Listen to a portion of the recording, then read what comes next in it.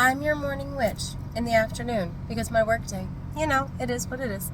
But today is Thursday, August 14th, so happy Thursday. And as I alluded to on Tuesday, we're going to talk about bias today. And I've talked about bias before on this channel. I talk about it all the time. I may not call it bias. I talk about how all of our perceptions and perspectives that we view things on have to do with all of the experiences that we have and everything that's shaped us. Those are the basis for our biases, okay? And then each experience we have thereafter is a basis for a bias, including like things with relationships with other people, or how we view someone else, or how we view like a thing that is an inanimate object. God, that was hard to say.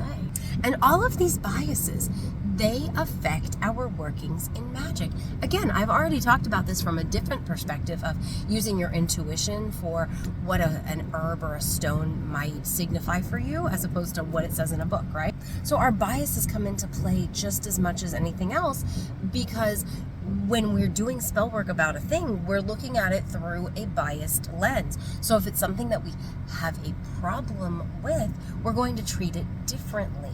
And so is our energy.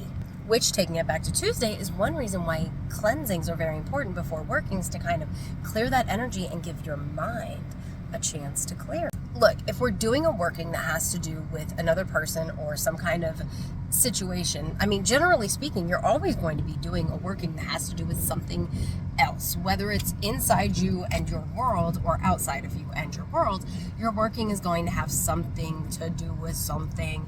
And there's going to be some kind of perception on your end that goes into that working. And when it comes to like workings that have to do with relationships, how we feel about the other person is going to affect that working. Our energy will affect that working just as much, if not more, than the other person's work energy. So when we have a bias going into a thing, it's going to affect our working.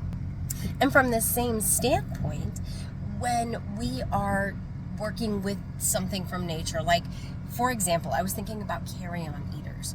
Carry-on eaters get a bad rap, but they're very important to the cycle of life.